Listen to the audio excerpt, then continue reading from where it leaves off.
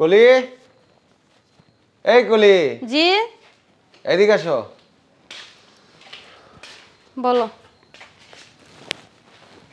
আমার খাবার দাও, আমার খুব ক্ষুধা পাইছে।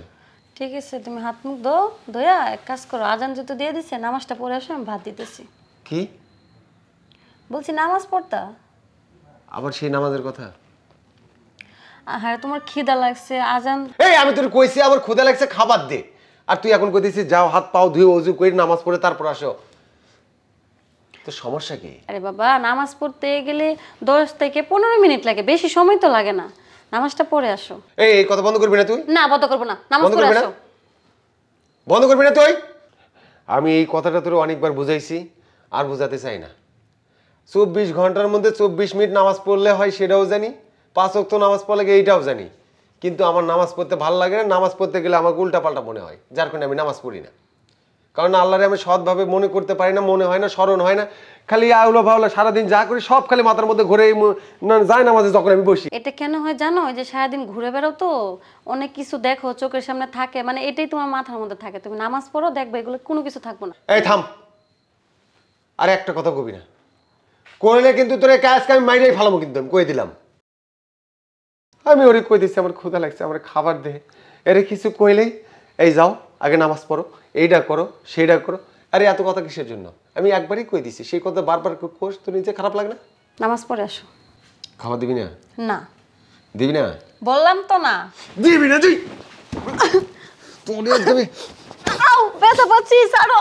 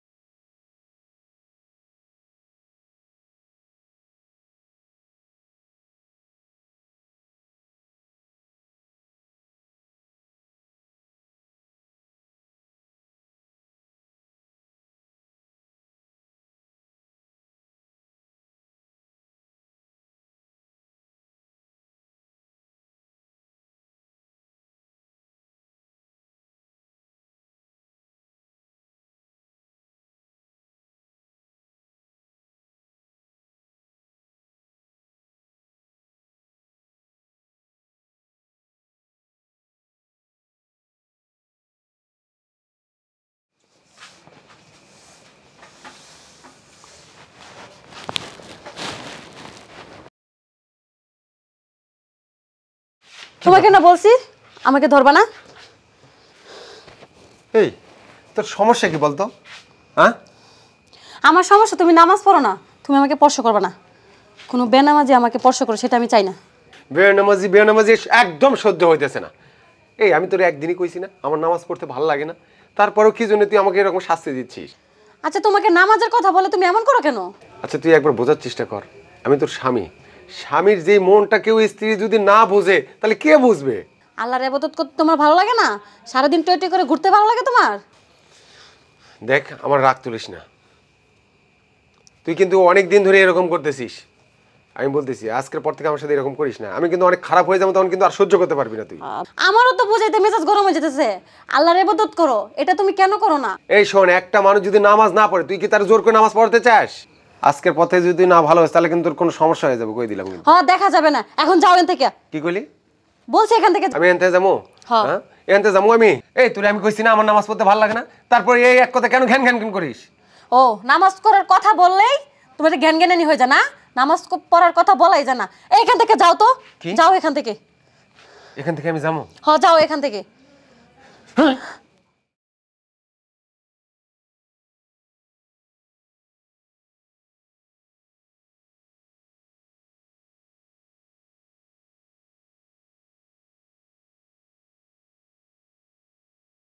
আমি তো তোমার ভালোর জন্যই বলি, কিন্তু তুমি কেন বোঝো না?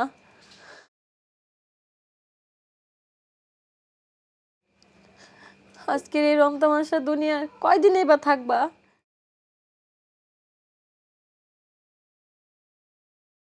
এই আছি এই নাই, নিঃশ্বাসে কোনো ভরসা নাই।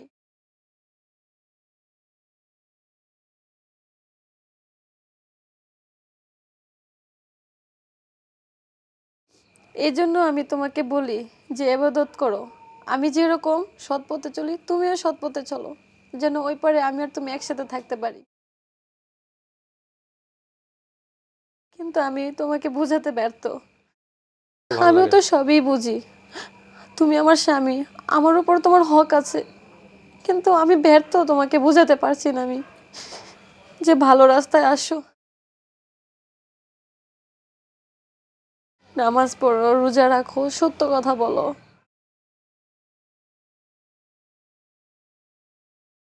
আল্লাহ তুমি ওকে হেদায়েত দান করো, সে যেন ভালো হয়ে যায়।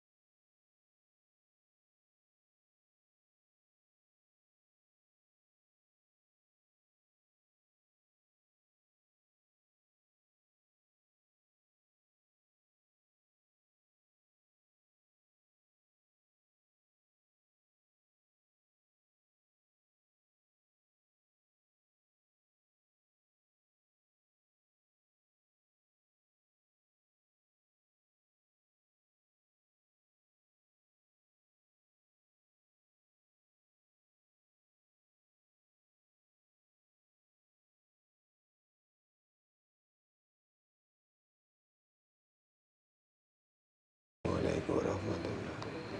আল্লাহুম্মা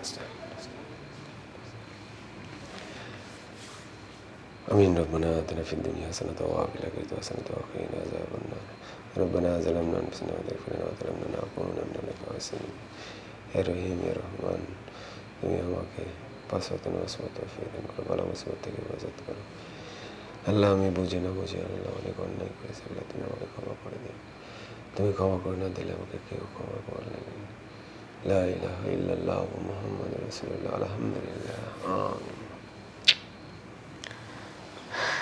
আল্লাহ এই দিনটার জন্যই অপেক্ষা করছিলাম।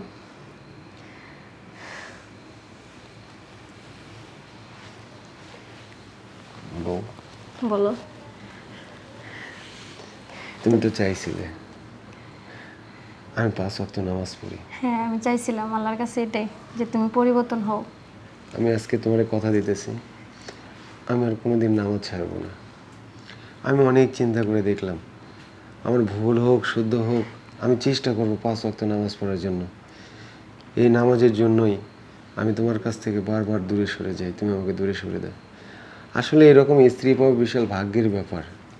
আমার ঘরে যে এরকম একটা ধার্মিক স্ত্রী আছে, এটা আসলে আমি কখনো বোঝার চেষ্টা করিনি। এভাবে বলো না, আমার এটা দায়িত্ব যে আমার হাজবেন্ড যদি মানে অন্য লাইনে যায় তাকে সোজা রাস্তা আনা, এটা আমার দায়িত্ব। আমাকে এভাবে বলো না। হ্যাঁ ঠিকই বলেছো তুমি। আমি সারা জীবন এখন থেকে সৎ পথে চলবো, সত্য কথা বলবো, 5 ওয়াক্ত নামাজ পড়বো, কিন্তু তুমি কখনোই আমার সাথে আর খারাপ ব্যবহার করবে না। আচ্ছা? না আমি কখনো তোমার সাথে আর খারাপ ব্যবহার করবো না। আমি অনেক খারাপ ব্যবহার করছি তোমার কাছে, আমাকে ক্ষমা করে দাও। না না না, ঠিক আছে, আমি তোমাকে ক্ষমা করে দিয়েছি, তুমি আমাকে ক্ষমা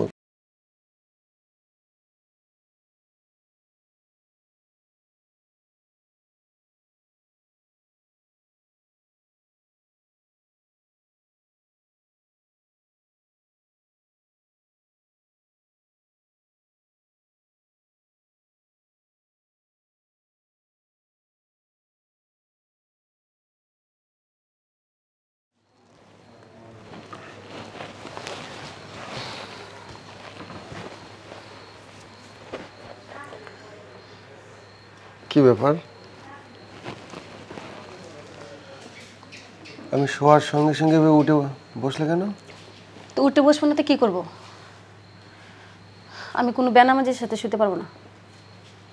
তোমাকে না বলেছি যে নামাজ পড়ো।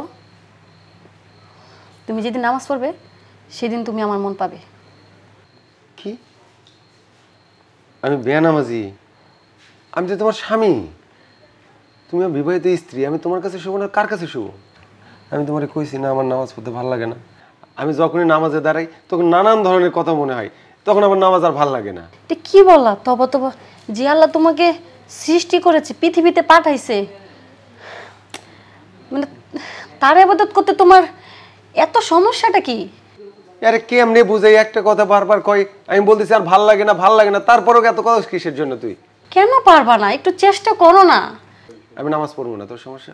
তুই হলি আমার বউ, তোর বিছানায় আমি সময় না তো কোথায় যাই সময়? আরেক জায়গায় যাই সময়? আমি তা জানি না, আমি কোনো বেনামাজির সাথে থাকতে পারবো না। আমি কি তোরে আমার বাড়িতে রাখছি তোর শুধু খাওয়ান আর পরন দেওয়ার জন্য? হ্যাঁ, এটা তো আমার প্রশ্ন। সমস্যাটা কি তোমার নামাজ পড়তে? আমি কি তোর বিয়ে করছি শুধু কি ভরণ পোষণ দেওয়ার জন্য? আমার কথা শুনবি না? খালি জ্ঞান দে। এই তুই আমার বিয়ে করাবো, আমি তোর কাছে শোবো না তো কার কাছে শোবো? হ্যাঁ, তোর লজ্জা করে না যে স্বামীর সাথে এরকম ব্যবহার করতে? আমি কইছি আমার নামাজ পড়তে ভালো লাগে না, তাও বারবার এই কানের কাছে প্যান প্যান প্যান প্যান করে। কি রে, তুই আমার বউ, আমি তোকে স্পর্শ করবো নাকি আরেকজন এসে করবে নাকি? আমি নামাজ পড়ি না তো কি হয়েছে?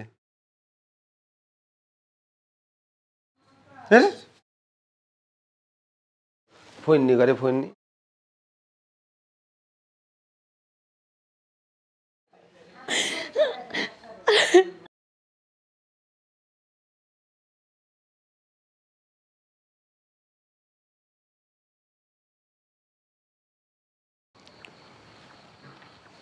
শোনো বাবারা, ইসলাম হচ্ছে শান্তির ধর্ম। ইসলামে কোনো হানাহানি নেই, ঝগড়া নেই, বিবাদ নেই, ফ্যাসাদ নেই। ইসলাম শুধু শান্তির কথা বলে। আর কোরআন হচ্ছে আমাদের জীবন পথের পাথেয়। কোরআন থেকে যারা সরে যায় তাদের জীবনটা এলোমেলো হয়ে যায়, ঠিক। তারা বিপদগামী হয়, তারা সঠিক পথ খুঁজে পায় না। নানান রকমের বিপদ আপদ তাদের লেগেই থাকে। এই যে তোমরা কি কেউ আরবি শিক্ষা গ্রহণ করেছো? না হুজুর, না, ওরকম গ্রহণ করি নাই। ছোটবেলা থেকে পড়ালেখা করি নাই। এই যে আমরা মুসলমান, অবশ্যই আমাদের আরবি শিক্ষা গ্রহণ করা উচিত। আরবি শিক্ষা না থাকলে মানুষের ভিতরটা পরিষ্কার থাকে না। মহান আল্লাহ পাক বলেছেন কোরআন শিক্ষা করা ফরজ। কোরআন শিক্ষা গ্রহণ না করে কেউ কবরে এসো না। বুঝতে পেরেছো তোমরা? দেখেছো হাসান সাহেবের ছেলে, ওর বাবাটা কত পরহেজগার। চলেন। কি হলো? কি হলো ভাই? কি হুজুর? কি হলো? হুজুর, হুজুর সে তো মারা গেল। ইন্না লিল্লাহি ওয়া ইন্না ইলাইহি রাজিউন। কি হলো এটা? হায় রে বাবা, আমি বলেছিলাম আমরা মুসলমান হিসেবে আমাদের অবশ্যই নামাজ, রোজা, হজ, জাকাত এবং কলেমা এগুলো শিক্ষা করা উচিত, এগুলো পালন করা উচিত। এগুলো হচ্ছে ইসলামের 5টি স্তম্ভ। আমি এই ছেলেটাকে কতদিন বুঝিয়েছি যে ইসলামের পথে চলো, আলোর পথে চলো। ও আমার কথার পাত্তাই দিত না, শুধু অবহেলা করত। নামাজ তো পড়তই না। আর আমাদের মতো ময়মুরব্বি দেখলে ও আরো মন খারাপ করত। আমি আরো কত বুঝাইছি, কিন্তু আমার কথাও বুঝলো না। অনেক বুঝাইছি। আমার বন্ধু আমার সামনে কি অবস্থা হয়ে মারা গেল। ওর ওদের বাড়িতে নিয়ে যাই। হ্যাঁ চলেন। চলো। হুজুর আর নিয়ে চলেন। আচ্ছা ধরেন। ভাবি ভাবি আল্লাহ, ভাবি তাড়াতাড়ি আয়েন। কি হয়েছে ওনার? কি হয়েছে? কি গো তোমার কি হয়েছে? কি হয়েছে? আমার বন্ধু আর নাই। না এটা হতে পারে না। কি গো কি হয়েছে তোমার? ভাবি আমি আর ওই যে আমার বন্ধু আর হুজুরের লাগে কথা কইছিলাম, তখন দেখলাম আমার সামনে দিয়ে যাইতেছে, ওর বুকে কি ব্যথা উঠলো, আমরা যাইতে যাইতে দেখি ও মারা গেল। এটা কি হলো? হে আল্লাহ, আল্লাহ তুমি এটা কি করলা? তুমি আমার অল্প বয়সে বিধবা বানায় দিলা। আমি কি করবো এখন? এটা কি হলো আল্লাহ? আমি তোমার কাছে বলছিলাম আল্লাহ যে তুমি আমার স্বামীকে হেদায়েত দান করো, তুমি তার হেদায়েত দান না করার আগেই নিয়ে গেল আল্লাহ।